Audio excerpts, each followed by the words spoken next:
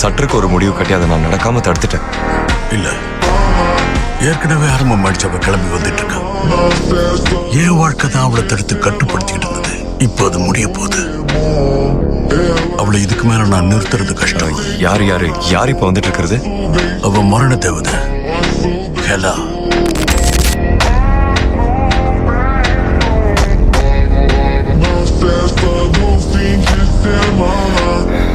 உங்க ராணி கால்ல விழுங்க. அது நடக்கிற காரியம் இல்ல.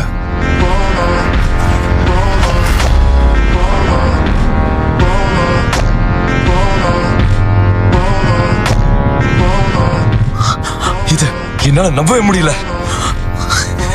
செல்லம், நடக்கிறதும் நடக்காததும் நடக்க போறத பொறுத்துதான் இருக்கு.